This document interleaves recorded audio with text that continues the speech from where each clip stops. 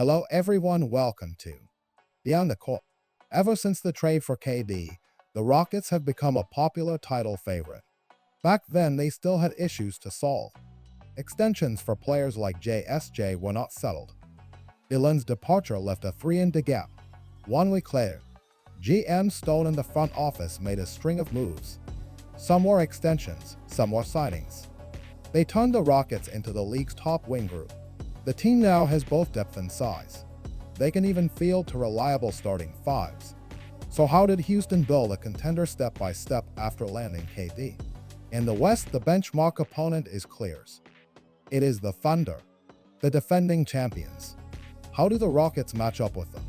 Today, we will talk about why Houston's upgrades pushed them into the group of true contenders.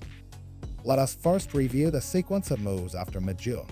On June 15, they reached a 3-year $39 million extension with Steven Adams.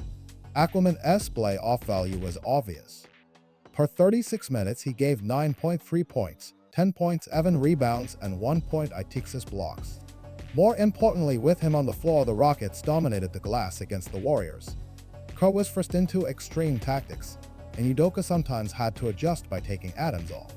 In modern basketball, an on-shooting 5 is not perfect, but Adams brings elite defense, rebounding, and screen setting.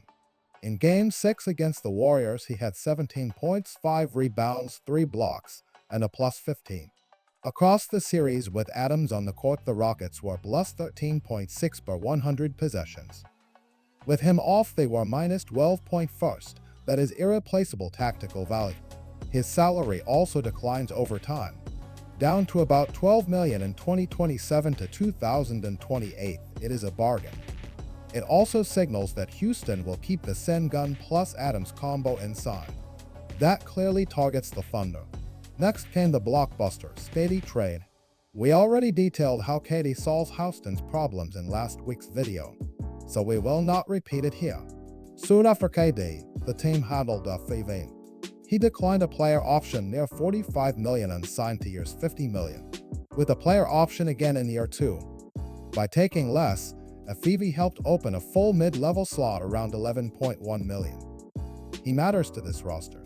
The team is a bit top-heavy, and the guard group is the question. As a veteran, Afevi guides the young guys and steadies the role. His three-point shot swung hot and cold, and the efficiency dipped at times. But last season, the offense leaned too much on him. This season is different. KD eases the load. That frees FVV to organize more. Reporter Kelly IKO noted that with KD on board, FVV can focus on setting the table and should look better with a lighter scoring burden. Then came the JSJ extension. On June 30 push-ins, Houston and JSJ agreed to 5 years $122 million. That is under $25 million per year. In a few years, max deals will explode. Locking JSJ in the low 20 is tremendous value. Strategically, it keeps his spacer next to the Sengun and Adams look and preserves a long-term piece for the next wave. Free agency followed. On day 1, the Rockets signed Dorian Finney-Smith for 3 years $53 million. They also brought Clint Capela back for 3 years $21.5 million. They re-signed Tate on 1 year $3 million, and Jeff Green and Darren Holiday on veteran minimums. The Lakers hesitated to commit long-term to DFS because they wanted future flexibility for a max chase in 2027. Houston pounced. DFS fills the Dillon-sized 3-and-D hole. Last season, he hit 41.1% from 3 on about to make a game. He also adds height at 201 centimeters, which matters against OKC. Cape Loss return is more about depth than headlines. He is likely the third center behind Sengun and Adams. That role matters on a contender, but the impact is limited. Tate, Jeff Green, and Aaron Holiday are useful rotation pieces. Green adds championship experience. Head coach Udoka deserves credit. He took over a struggling group and rebuilt standards to strong regular seasons, clear player development, and a respected defensive identity. With a title window open, a long-term commitment to Udoka makes sense. Depth chart overview. At guard, the Rockets had FVV Amen, Shepard, and Aaron Holiday. At the forward spots, they have KD, DFS, JSJ Eason, Jeff Green, Whitmore. On Tate, At center they have Sengun, Adams, and Capello. No wonder the team posted the starting fives on social media. Look closely and the front court depth is wild. 3 centers and 7 forwards, a mix of height, speed, offense, and defense. If you want to grind in the half court, Adams is your sledgehammers. If you want 5-out spacing, KD and JSJ give you jumbo shooting and size pressure. From a defensive view, an MN plus Eason plus the FS plus KB plus JSJ small group can be scary. It adds another closing lineup concept. Team building wise, stockpiling plus ice wings is smart. They hold trade value and are easier to move if fit issues arise. The soft spot is the back outer. On ball creation is light. FVV is the primary handler. Shepard needs reps. Air on Holiday is more situational. That makes him in central. Udoka has tried him at point to grow decision making, and also at the 4 and 5 and switch heavy lineups.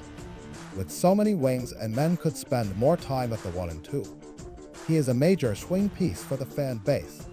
If they can later move a package with Whitmore for a reliable shooting guard, that would seal the last gap.